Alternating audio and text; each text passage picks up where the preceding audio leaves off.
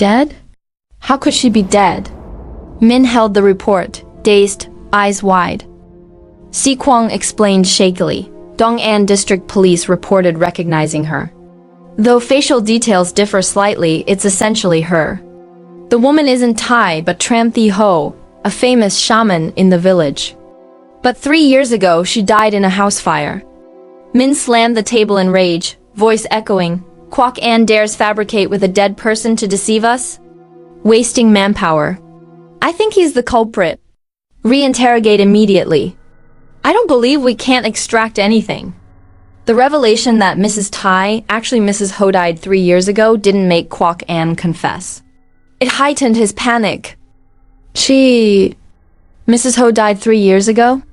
So that night I encountered all ghosts? Kwok An trembled in his chair, face ashen, gripping the table edge. Still pretending. Min jumped up, about to charge, but Si Kwang pulled him back. Comrade Min, no violence. You'd face discipline. Observing, I saw Kwok An wasn't acting, so I pulled Si Kwang aside. Kwang, you said Mrs. Ho was a shaman? What exactly? Si Kwang whispered. Rumor has it Mrs. Ho from Futho knew soul calling. Villagers brought unnatural death bodies to her. She'd handle them in days. Also, he paused, glancing around fearfully, then continued. Word is, when she died, she was performing a soul suppression ritual on a body. After the fire, that body vanished. Villagers were terrified, avoided night roads for months. He added hastily, all superstitious rumors. Don't say I told you, or I'll get reprimanded. Soul calling. Recalling an old newsroom investigation, I betrayed Si Kwang. Comrade Min, Si Kwang just mentioned Mrs. Ho knew soul calling. I approached Min. Have you heard of the escorting ghosts custom in Futho? Nonsense. Min glared at Si Kwang harshly. Are we really entertaining ghost stories?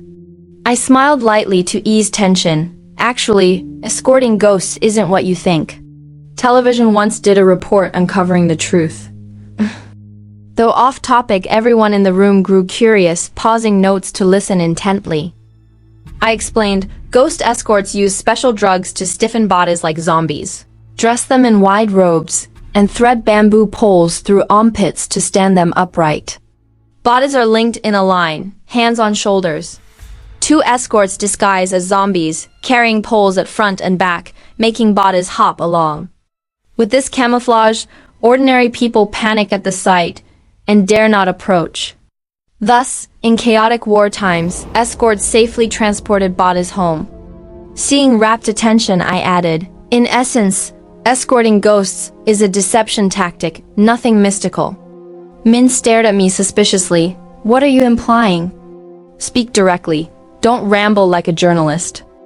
I shrugged, grinning. I'm just a journalist, not interfering. Sharing to relieve tension. But Min seemed enlightened, lighting a cigarette and murmuring, deception? For what? If we believe it's ghosts, we won't catch ghosts for trial. The 4 bodies become an unsolved case. Suddenly, Min froze, whispering, unsolved, unsolved. Perhaps that's their goal. He inhaled deeply, smoke billowing. I get it. Kwok An was deliberately left as a witness to mislead us. Making it a ghost story is ideal.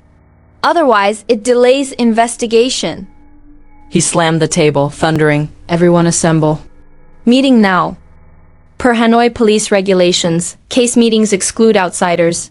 But perhaps due to my ghost escort story, Min tolerated my corner presence, focusing on discussions with officers. The perpetrators are clever, leaving a witness to divert us. The only flaw, the elderly woman is someone dead 3 years. Though hypothetical, with no other leads, pursue this direction first. But what's the motive? Faking ghosts to hide the real purpose? Can't be robbery or grudge. Motive. Min lit another cigarette, room fogged with smoke. Everyone squinted. I coughed from the smoke, accidentally drawing Min's attention. Journalist Hung, any thoughts? I smiled. I'm just a journalist. I've shared all I have, Comrade Min. Si Kwang suddenly spoke excitedly. Journalist Hung mentioned ghost escort. It reminds me of my uncle, a former Fudho County officer, telling similar stories. This case mirrors not just essence using ghost tricks to hide motives, but form too, with self-moving bodies. If perpetrators used ghost escort, the three in coats could be two carrying one body, making the middle one footless. Matches Kwok An's testimony. Min nodded thoughtfully. That fits Mrs. Ho. But why carry a body onto a late-night bus? Si Kwong hesitated, voice low. I'm not sure. But my uncle said in the 1950s, some ghost escorts hid opium in bodies for transport. Opium? I exclaimed, eyes wide. Narcotics, Min clarified, then froze. Seconds later, he shouted, health check immediately. Examine the swap driver now. Results came quickly, traces of injected narcotics in the driver's system. What nightmares. Min slapped his thigh triumphantly. Those were drug hallucinations. The driver was an addict? I couldn't believe. A bus driver on meager salary, where'd the money come from? Min explained firmly, based on testimony and evidence. The driver was unknowingly injected, perhaps via drink or direct shot. Perpetrators used the last bus for drug deals, distributing via bus routes across Hanoi. Audacious. Si Kwong added. They could have bribed the driver, but he was upright, so they used another method. The driver's dreams were hallucinations. He vaguely witnessed deals. The carried body hid drugs. Why did he wake later each time? I still wondered. Dosage. Min asserted, body adapted, injections increased. Evidently, that night was the final deal, so perpetrators eliminated witnesses. But they didn't anticipate the shift swap. Per Dong An police records, Mrs. Hoa's body was charred. Villagers identified via relics. Possibly she faked death to escape, explaining her bus 35 appearance. The three in coats' identities emerged. After Mrs. Hoa's death, her son and daughter-in-law claimed to take ashes to Fudho for burial but never returned. A family drug smuggling gang of three crystallized. Min excitedly drafted a report, swiftly requesting Hanoi police warrants for them. With the case nearing closure, I returned to the newsroom, drafting an article to publish the truth post-resolution. Ghost rumors spread from Dongjuan Market to old quarter alleys. Without public explanation, public panic might ensue. The gang used drugs to hallucinate the driver, hid goods in bodies, exploited last buses for deals, then killed to silence, leaving a witness to mislead. Even Mrs. Ho faked death to flee.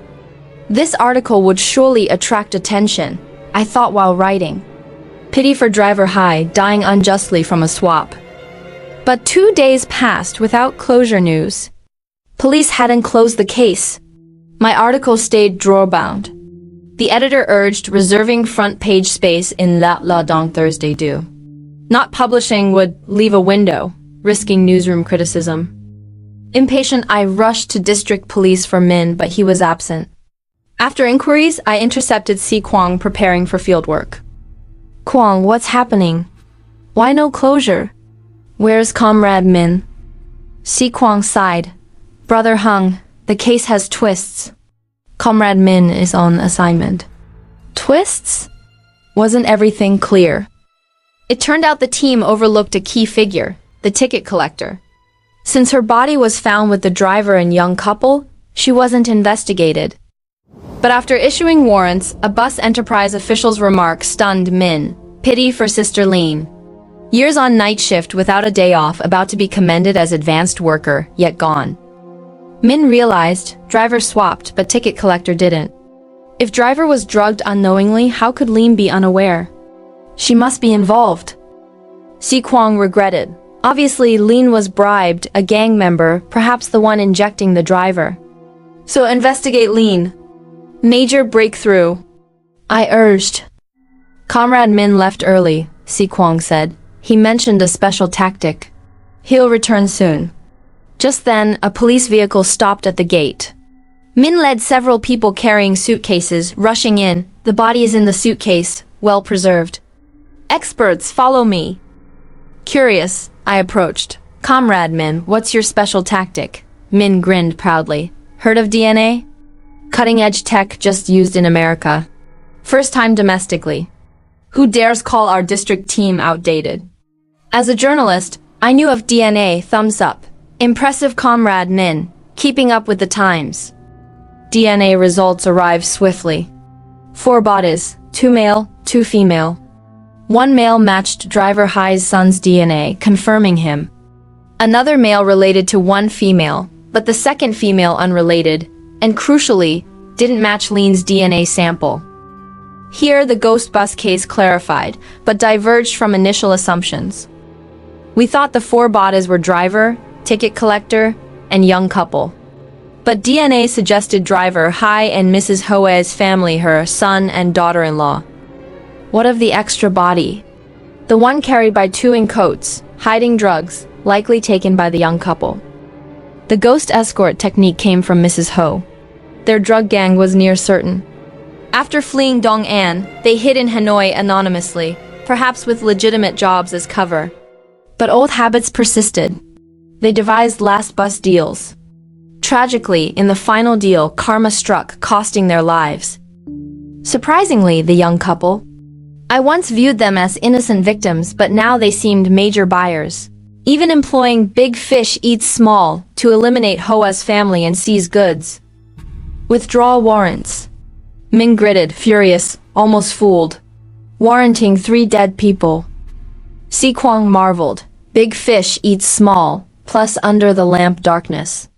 Lin was a double agent, aiding Ho in distribution while helping buyers strike. Truly vicious.